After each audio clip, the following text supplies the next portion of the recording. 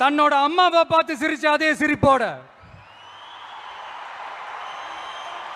கொஞ்சம் கூட அலட்டிக்காம அந்த பாம்பையும் சிரிச்சுக்கிட்டே தன்னோட கையில பிடிச்சி விளையாட ஆரம்பிக்கும்.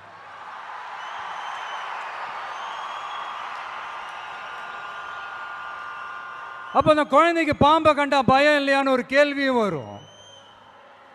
பாச உணர்வே என்னன்னு சொல்ல தெரியாது அந்த குழந்தைக்கு பயம்னா மட்டும் எப்படிங்க சொல்ல தெரியும்?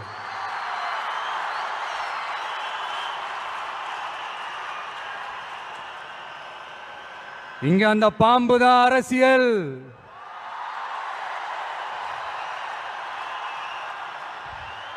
அத கையில பிடிச்சி விளையாட ஆரம்பிக்கிறது தான் உங்க